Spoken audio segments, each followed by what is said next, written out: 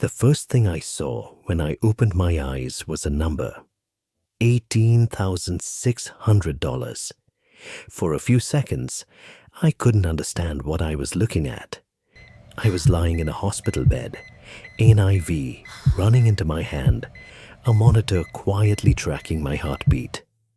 My body still felt weak after the surgery, and the room smelled faintly of antiseptic. Then my phone vibrated again. "Your credit card has been charged $18,600. I stared at the notification. Luxury resort, private yacht package, 3 nights. My first thought was simple. It had to be a mistake. I hadn't left the hospital in 4 days. My credit card was inside the drawer beside my bed, and I certainly hadn't booked a yacht. I opened the banking app. The charge was real. My hands started trembling. Then I noticed something even stranger. The transaction had been made using my card's digital wallet.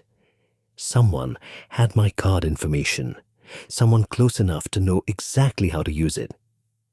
I immediately called my husband, Daniel. He answered after 3 rings. "Hey, sweetheart, everything okay?" I looked at the charge again. "Daniel, where are you?" There was a tiny pause. Then he answered casually. "At the office. I told you this week is crazy." I closed my eyes. "At the office?"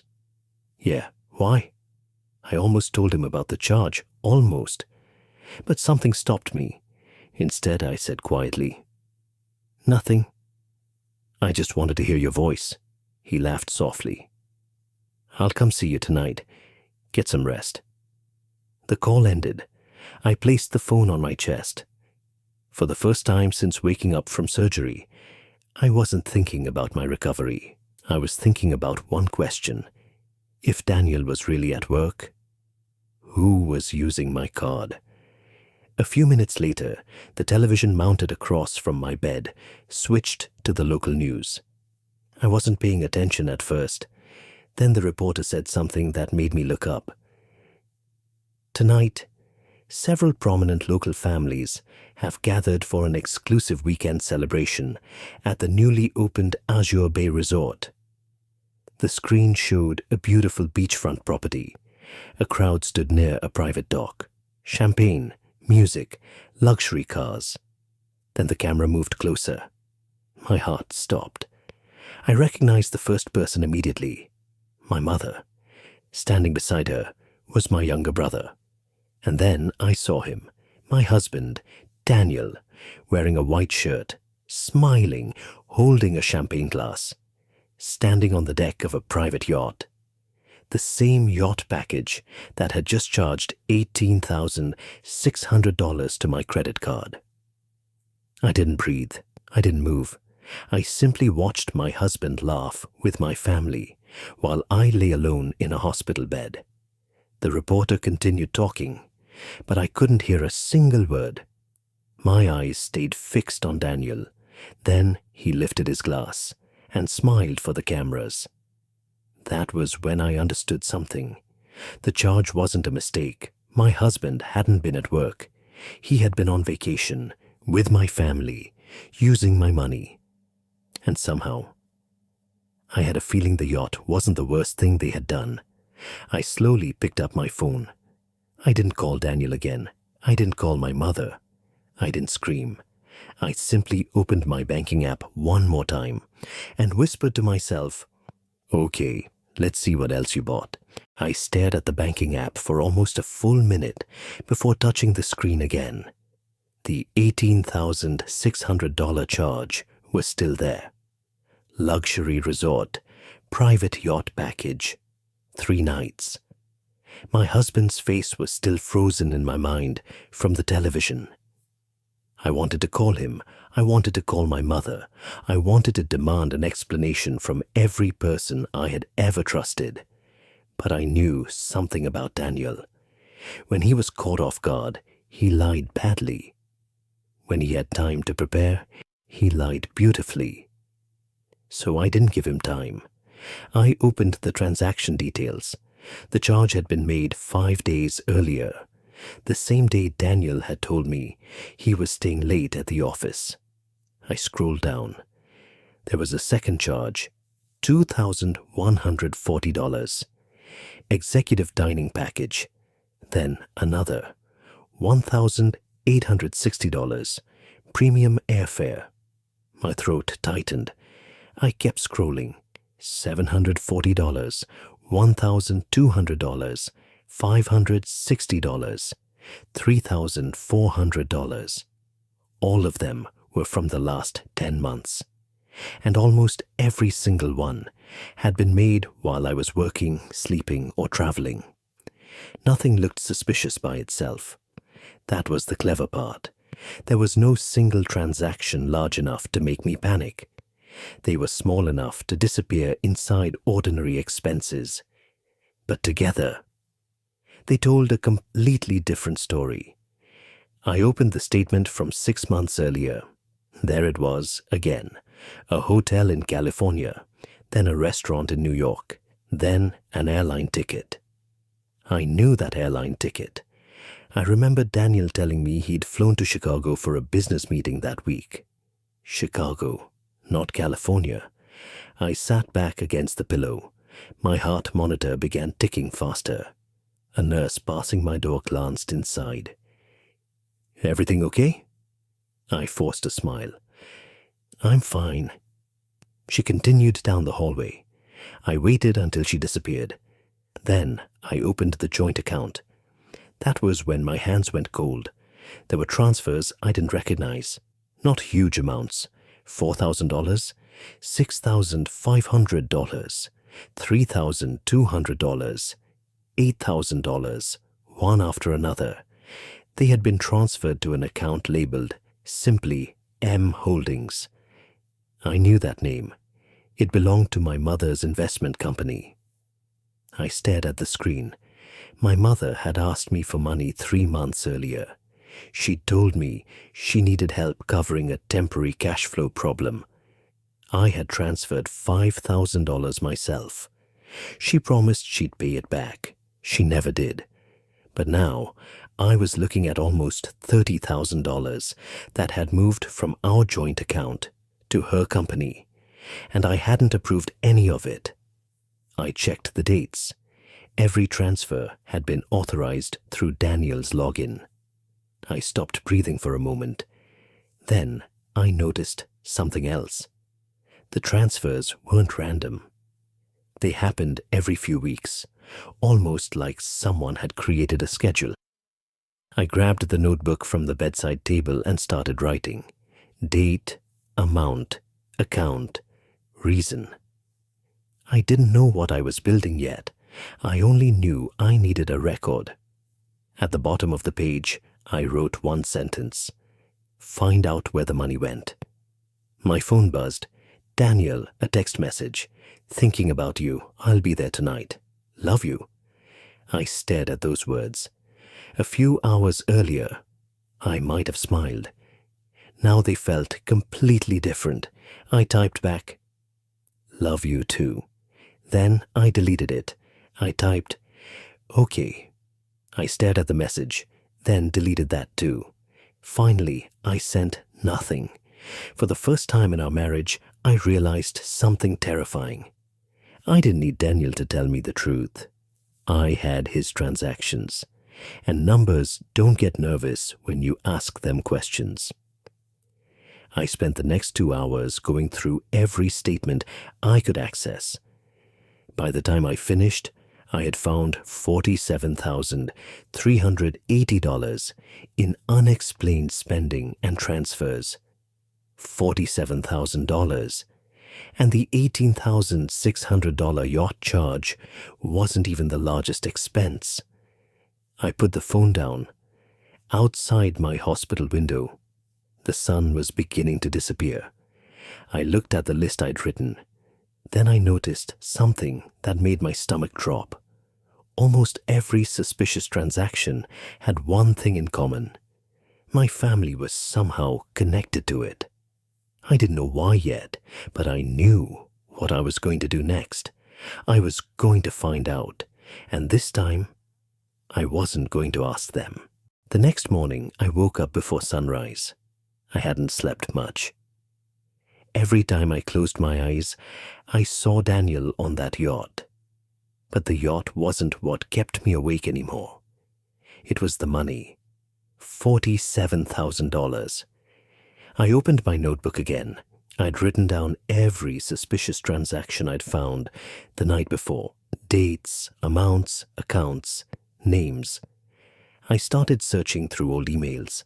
At first, nothing. Then I found something from 8 months earlier. An email from my mother. "Megan, please don't worry about the property paperwork. Your brother and I are handling everything." I remembered that conversation. My grandfather had left our family a small commercial property downtown. Nothing glamorous. Just an old 3-story building that had been sitting empty for years. My mother had told me the family wanted to refinance it. I'd agreed. I trusted them. I had signed a few documents electronically. At least, that's what I remembered. I opened the attachment. There was the original document. I read through it slowly. My name was listed as one of the owners. That was normal. Then I noticed something. The ownership percentage next to my name had been changed. I was supposed to own 40%. The new document showed 0%. I stared at the screen. I checked the date. 7 months ago. My stomach tightened. I opened another file, then another. Each document told the same story. My ownership had been transferred. But I had never approved it, never signed it, never agreed to it. And then I saw the signature. My signature. It was almost perfect, almost the same name, the same handwriting. But there was something wrong with it. The curve of the final letter was too sharp. I knew my own signature. I'd signed thousands of documents in my life. That wasn't mine. Someone had copied it. I sat completely still. Then I remembered something Daniel had said 6 months earlier. "Your family is just trying to protect what belongs to all of you." At the time, I thought he was being supportive. Now, the sentence sounded different. I opened the property records again. There was another name listed on the transfer. A company I'd never heard of. MH Capital Partners. I searched the name. My heart sank. The company was registered to an address I knew very well. My mother's office. I looked back at the banking transactions, the unexplained transfers, the resort, the yacht, the property. Suddenly the pieces started connecting. My family wasn't simply spending my money. They were moving assets. And somehow, I was being removed from ownership while they were doing it. I picked up my phone and called my mother. She answered almost immediately. "Sweetheart, how are you feeling?" Her voice was warm, too warm. I looked at the forged signature on my laptop. "I'm feeling better," I said. "That's wonderful. Your brother has been so worried about you." I almost laughed. My brother, the same man I'd seen standing beside my mother on that yacht. "I wanted to ask you about Grandpa's building." There was silence, only for a second, but I heard it, that tiny pause. "What about it?" "I was reviewing the paperwork." Another pause. "Why?" I looked at the document again. "Because I don't remember transferring my share." My mother's voice changed, not dramatically, just enough. "You're still recovering, Megan. Don't stress yourself with family business. I just want to understand the paperwork." "Your brother handled most of it. Did Daniel sign anything?" Silence. This time longer. Then she said, "Why would you ask that?" I leaned back against the hospital pillow, because now I knew. Daniel wasn't just lying about where he was was involved. "I was just curious," I said. My mother exhaled. "You've always worried too much about money. That sentence hit harder than she could have known, because money wasn't what I was worried about. I was worried about my name, my ownership, my identity, and the people who had apparently been using all three without asking. Mom? Yes. Did I sign that transfer? She didn't answer, and that silence told me more than any confession could have. I ended the call. For several minutes, I simply stared at the ceiling. Then I opened a blank document. At the top, I typed, "Document fraud, possible forged signature." Underneath it, I added the date. Then I saved the file. I didn't know yet who had forged my name. I didn't know how much they'd taken, and I didn't know why they needed me removed from the property. But I finally understood one thing. The yacht wasn't the beginning. It was only the first thing they had been careless enough to let me see. And if my family had been hiding this much from me, I needed to know what they were hiding next. Daniel arrived just after 7 that evening. I heard 3 soft knocks on the hospital door. Then his voice. "Hey, beautiful." I looked up. He walked in carrying a bouquet of white roses and a small paper bag from the restaurant downstairs. For a moment he looked exactly like the husband I'd married, tired, concerned, loving. He put the flowers beside my bed and leaned down to kiss my forehead. "How are you feeling?" "Better."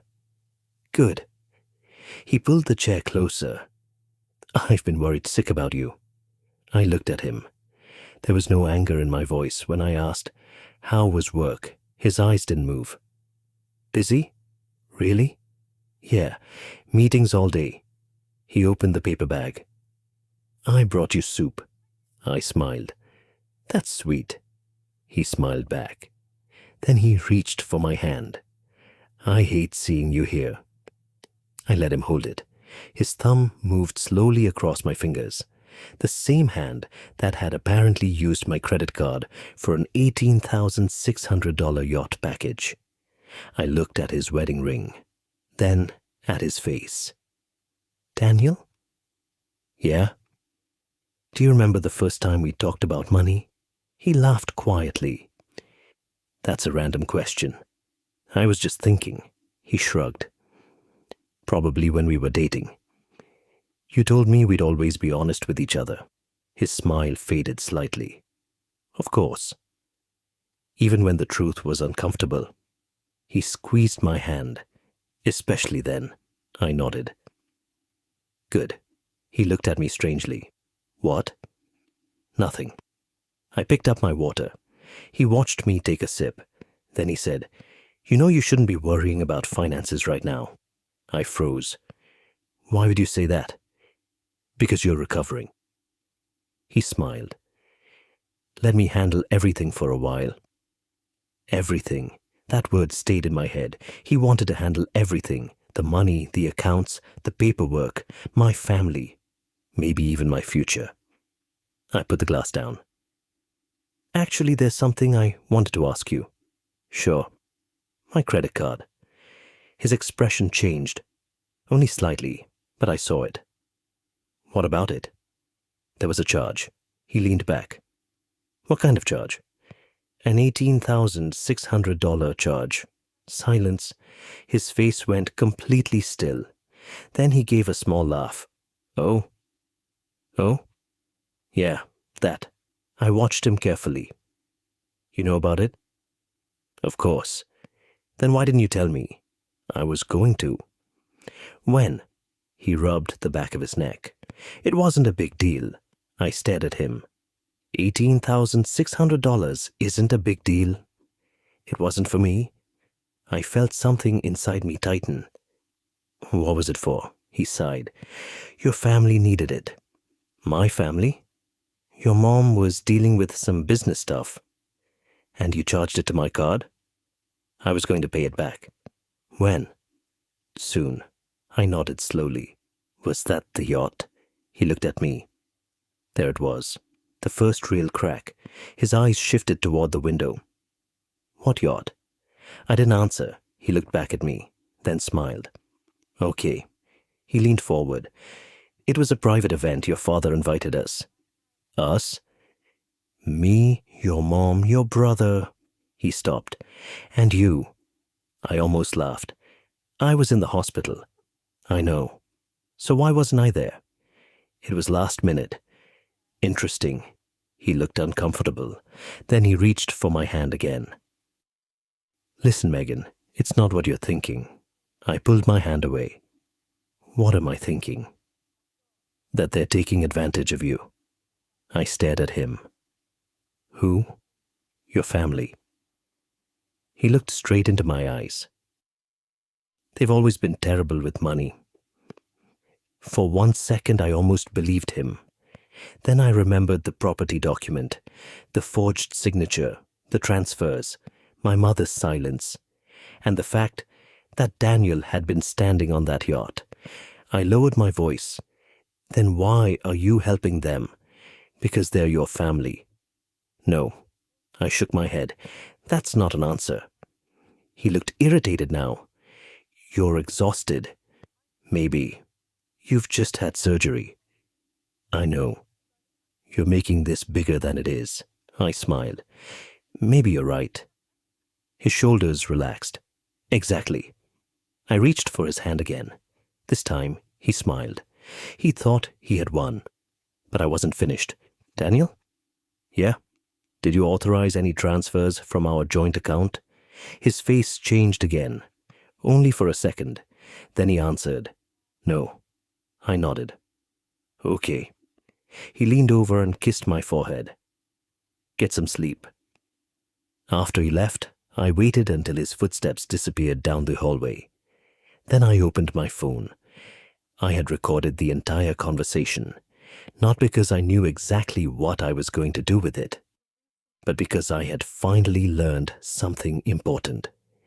People lie differently when they think you already know the truth. And Daniel had just given me 3 new lies. He said the yacht was a family event. He said my mother needed the money. And he said he had never authorized the transfers. I opened my banking app. Then I opened the property document. I looked at both screens side by side. And suddenly, one question became impossible to ignore. If Daniel hadn't authorized the transfers, who had? I stared at the name on the account. Then I saw something I'd missed before. The account wasn't registered to my mother. It was registered to a company, and the company's only director was my brother, Jason. I leaned back against the pillow. For the first time, I wasn't looking at one betrayal. I was looking at a family operation, and I had just become the person they didn't know was investigating it.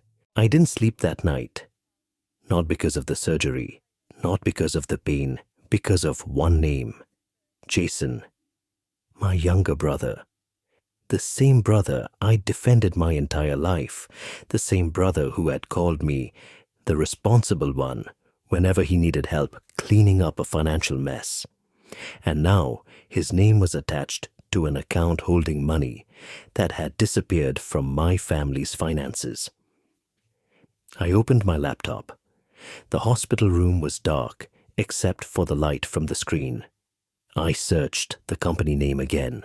Then I searched the registration records. The information was there. Jason was the director. But there was something else. The company had been created only 11 months earlier. 11 months. Exactly when the unexplained transfers had started. I opened the financial history. The first deposit was small, $12,000, then $25,000, then $18,500, then another $40,000. The amounts kept growing. I stared at the screen. My family wasn't simply spending money. They were moving it somewhere. I downloaded the available records. Then I checked the property documents again. The old family building, the one my grandfather had left behind, the one my mother said was being reorganized. I searched the property's current ownership. My heart dropped. The building had been transferred to the same company, MH Capital Partners, Jason's company. I sat completely still. The property was worth nearly $1.2 million, and according to the records, I no longer owned any part of it. But the transfer document still showed my signature, a signature I had never written. I zoomed in. There was another name beneath mine, Daniel Voss, my husband. I felt my stomach twist. Daniel hadn't merely known about the transfer. He had witnessed it. I opened the document metadata. The file had been created on a computer registered to my husband's email account. I stared at the screen. Then I whispered, "No." I didn't want to believe it.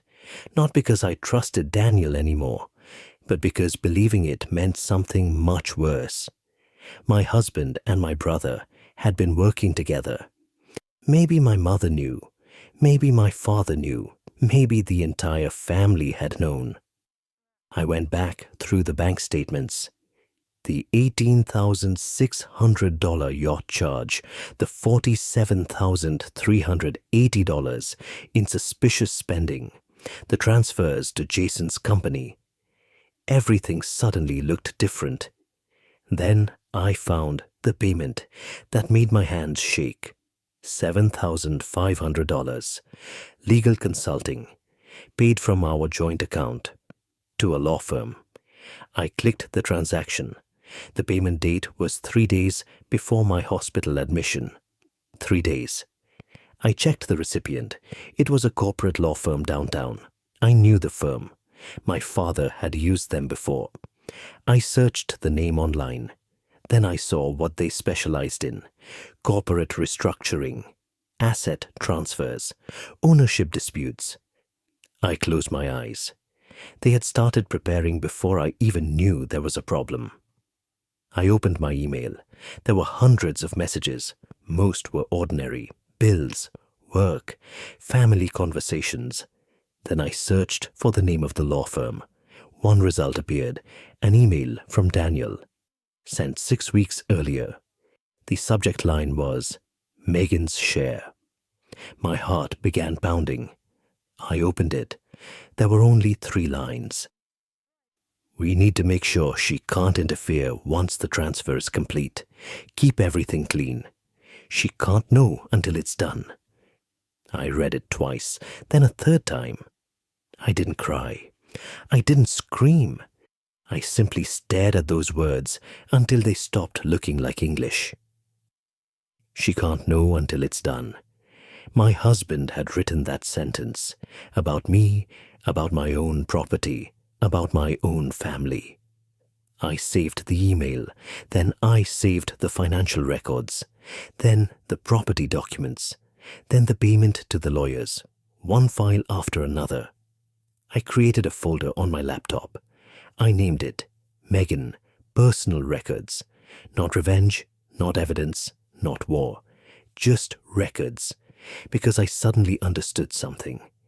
If they had spent months preparing this plan without telling me, then confronting them now would be the stupidest thing I could do. They believed I was still recovering. They believed I was confused. They believed I would trust whatever explanation they gave me. So I let them believe it. My phone buzzed. A message from my mother. Your father wants to see you tomorrow. We need to talk about the property. I stared at the message. Then another one arrived, from Daniel. Don't worry about anything. Your family is handling everything. I almost smiled, because for the first time in my life, I wasn't afraid of what my family was hiding. I was curious. I wanted to know how far the plan went. I wanted to know who else was involved. And most importantly, I wanted to know what they were planning to do with me once they had taken everything. I closed the laptop. Then I looked at the hospital room door. Tomorrow, my father wanted to talk. Fine, I'd let him talk. But this time, I wasn't going to walk into that conversation as their daughter. I was going to walk in as the one person who had finally read the entire file. My father arrived the next afternoon at exactly 3 o'clock. He never came to hospitals empty-handed. This time, he brought flowers, a box of chocolates, and a leather folder tucked underneath his arm. I knew immediately that the folder mattered more than the flowers. "Sweetheart," he said, walking toward my bed. He kissed my forehead. Then he looked at me, the way fathers look at daughters when they think they're still little girls. "You look tired." "I am." "You shouldn't be worrying about family business right now," I smiled. "That's what Mom said." His expression changed for half a second. Then he smiled again. "Your mother worries too much." He placed the flowers on the table. "How are you feeling?" "Better." "Good." He pulled a chair beside my bed. Then he placed the leather folder on his lap. "I came because we need to straighten something out." I looked at the folder. "The property?" He nodded. "Exactly." I waited. He opened the folder. Inside were several pages of legal documents. "I know you're upset about the transfer." "I am."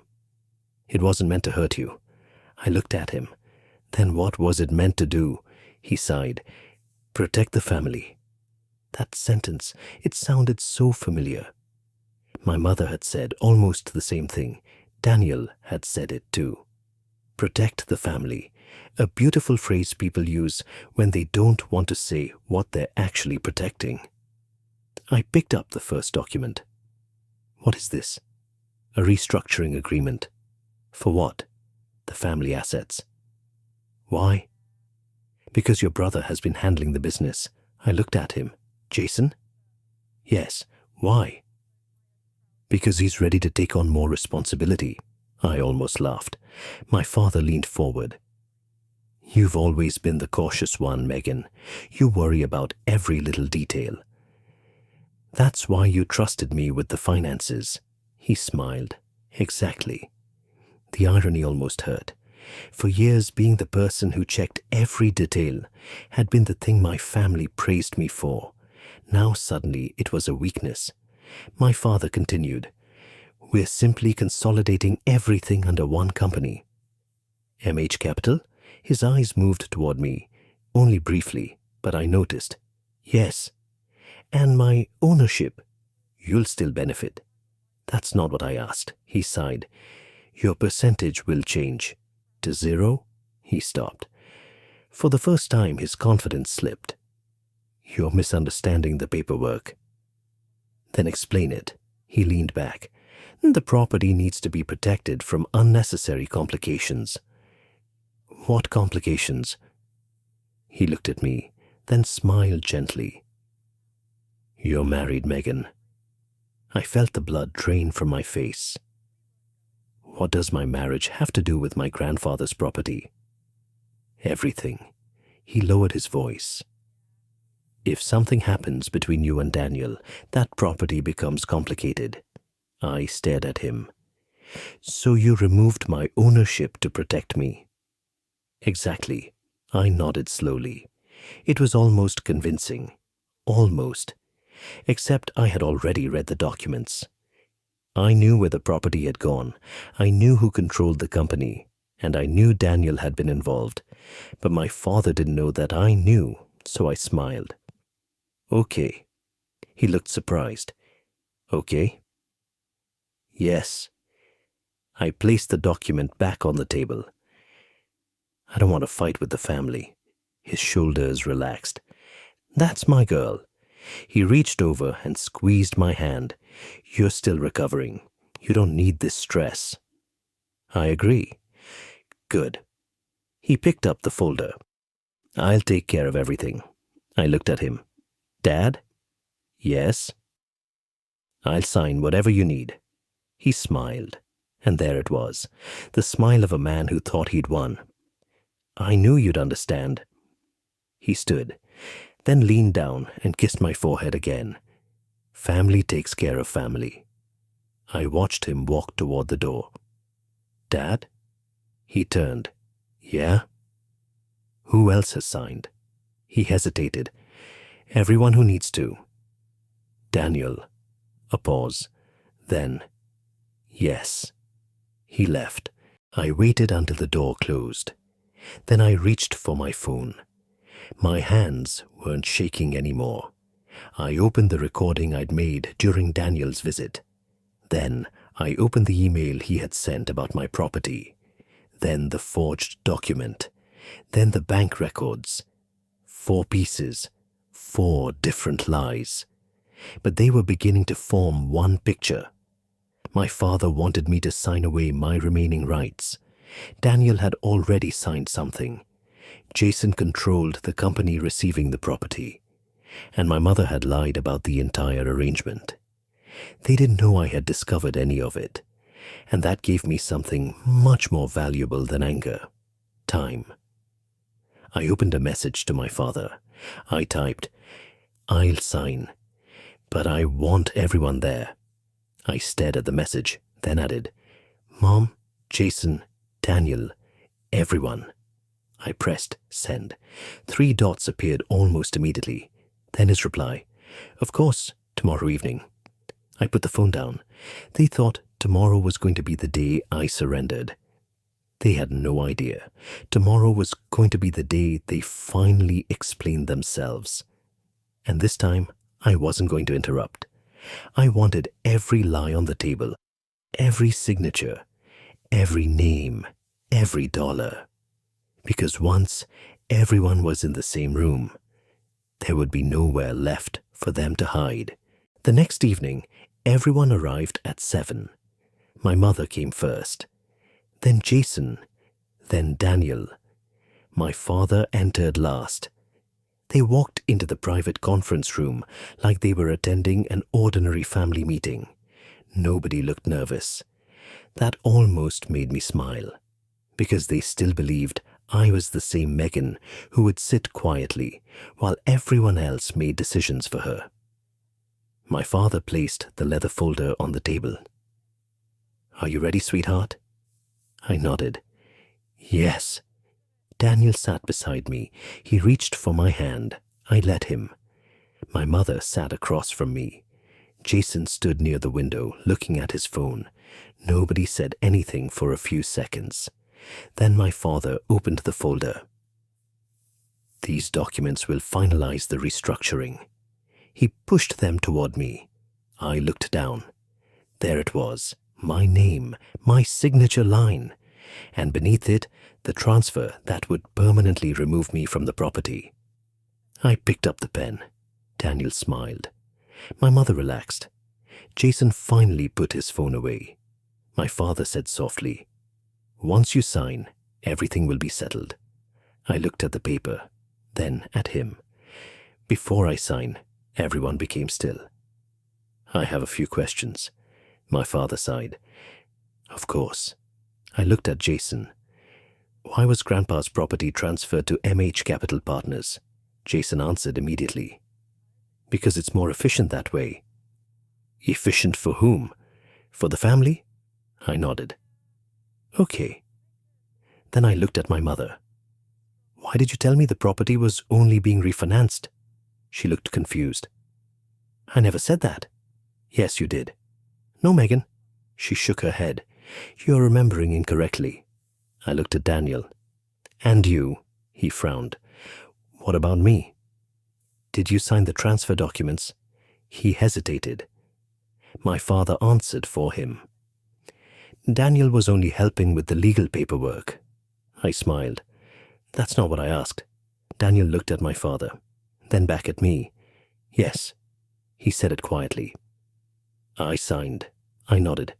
"Thank you." He looked surprised. "That's it?" "For now." I picked up my phone, then placed it on the table. My father frowned. "What are you doing?" "Making sure everyone remembers the conversation correctly." I pressed play. Daniel's voice filled the room. "I was going to pay it back." My mother looked at him. Jason stopped moving. The recording continued. "Your family needed it. My father stared at Daniel. Daniel's face had gone pale. I stopped the recording. Nobody spoke. Then my father turned toward Daniel. "What is this?" Daniel swallowed. "She recorded me." I looked at him. "You lied to me." He shook his head. "No, Megan. You told me you were at work." Silence. "You weren't. You saw the news. I saw you on the yacht." My mother closed her eyes. I continued. "And the $18,600 charge was made using my card." Jason interrupted. "That wasn't theft." I looked at him. "No? It was family money." I almost laughed. "Family money?" I opened my laptop, then turned the screen toward them. A spreadsheet appeared. Every suspicious transaction, every transfer, every account, every date. My father stared at the screen. "Where did you get this?" "My accounts." Jason stepped closer. "You've been going through company records?" "No." I looked at him. "I've been going through mine." I clicked the next file, the property transfer, then the registration documents for MH Capital Partners, then the ownership records, then the forged signature. My mother whispered, "Megan." I clicked one final document, the law firm's invoice, $7,500, paid from our joint account, 3 days before my surgery. Daniel looked at it, then at me. "You don't understand." "I understand perfectly." "No." He shook his head. "You don't know what we were trying to do." I looked directly at him, then explained it. He said nothing. My father stood. "This meeting is over." "No." My voice was quiet, but everyone heard it. He looked at me. I pushed the leather folder back across the table. "I haven't finished." He stared at me. I opened the final file, an email from Daniel. The subject line read, "Megan's share." I read the first sentence aloud. "We need to make sure she can't interfere once the transfer is complete." The room went completely silent. My mother looked at Daniel. Jason looked at my father. My father looked at the floor. And Daniel couldn't look at me anymore. I closed the laptop. Then I picked up the pen. For a moment, everyone thought I was finally going to sign. I placed the pen on the document. Then I tore the signature page in half. My father stared at me. "What are you doing?" I looked around the table. "My whole life, you told me family protects family." I took a breath. "But you weren't protecting me." I looked at the forged signature. "You were protecting yourselves from me." My mother began crying. Jason started talking about misunderstandings. Daniel tried to reach for my hand. I moved away. "No." He froze. I stood slowly. I came into this room thinking I needed my family. I looked at each of them. Now I know the truth. I picked up my phone. "I don't need any of you to tell me what happened anymore." My father stepped toward me. "Megan, listen." I shook my head. "No." I opened the door, then turned around one last time.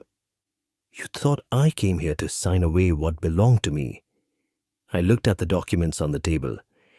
"But I came here to make sure you all heard yourselves lie." I walked out. Behind me, nobody followed. And for the first time in my life, I didn't feel like I was leaving my family. I felt like I was finally leaving their control. I didn't go home that night. I went back to my hospital room and sat beside the window until sunrise. For the first time in days, my mind was quiet. Not because everything was solved. It wasn't. My family still had the property documents. Daniel was still my husband.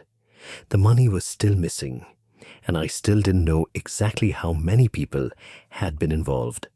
But one thing had changed. I wasn't confused anymore. I knew the truth. The next morning, I called an attorney. I gave her every document I'd collected. The bank statements, the suspicious transfers, the property records, the forged signature, the law firm's invoice, Daniel's email, and the recording from the family meeting. She spent nearly an hour reviewing everything. Then she looked at me. "You did the right thing by documenting everything before confronting them." I nodded. "What happens now?" "Now we challenge the transfer." "And the money?" "We trace it." "And my husband?" She paused. "That depends on what the investigation shows." I looked down at my hands. For years, I'd believed protecting my family meant keeping their secrets. Now I realized the opposite was true. Sometimes protecting yourself means finally telling the truth. Over the next few weeks, everything began falling apart. The property transfer was frozen. The accounts connected to Jason's company were investigated. The law firm was forced to produce the documents surrounding the transfer. And when the original paperwork was examined, the signature on the ownership document was officially challenged. It wasn't mine. That single fact changed everything. My father stopped calling. My mother sent long messages about forgiveness. Jason blamed Daniel. Daniel blamed my family. Then my family blamed Daniel. Everyone suddenly had an explanation. Everyone except me. Because I no longer needed one. Daniel came to see me one final time. He stood outside my apartment holding a small box. Our wedding photographs. He looked exhausted. "I never wanted to hurt you." I looked at him. "You did." "I thought I was helping your family. You lied to me." I was afraid. "Of what?" He looked down. "Of losing everything." I almost smiled. "You were afraid of losing everything." I shook my head. "And you decided to make sure I lost everything first." He had no answer. He placed the box on the table. "I still love you." I looked at the wedding photograph on top. I remembered the woman I had been that day, trusting, hopeful, certain that love meant standing beside someone no matter what. I finally understood that I had confused loyalty with surrender. "I loved you too," I said. His eyes filled with tears. "But I don't anymore." He nodded slowly. Then he walked out. I closed the door. And this time, I didn't watch him leave through the window. Months passed. The legal process continued. I recovered financially. The property was returned to its rightful ownership. The money that could be traced was recovered. And my marriage ended. But the biggest change wasn't financial. It was inside me. I stopped apologizing for asking questions. I stopped feeling guilty for saying no. I stopped believing that sharing DNA gave someone permission to control my life. One Saturday morning, I stood on the balcony of my new apartment with a cup of coffee in my hand. The city was waking up below me. Cars moved through the streets. People hurried to work. Somewhere, families were probably sitting around breakfast tables, laughing together. For a moment, I thought about my own family, my mother, my father, Jason, Daniel, the people I'd spent years trying to keep happy. Then I looked at the old hospital statement sitting on the table beside me, the one that started everything, $18,600, a charge that had almost destroyed my life. I folded the statement in half, then tore it into pieces. Not because the money didn't matter, it did, but because I didn't need that number anymore. It had already given me something worth more, the truth. I walked back inside. My phone buzzed, a message from an unknown number. I opened it. It was from my mother, only 4 words. "We are still family." I stared at the screen for a long time. Then I deleted the message. Because family isn't just the people who share your blood. Family is the people who don't make you choose between loving them and protecting yourself. I put my phone down. Then I looked around my apartment. It wasn't huge, it wasn't luxurious, but every piece of it belonged to me. Every decision was mine, every dollar was mine, every breath felt like mine.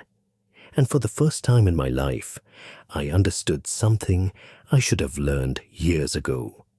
They thought they were taking my money. They thought they were taking my property.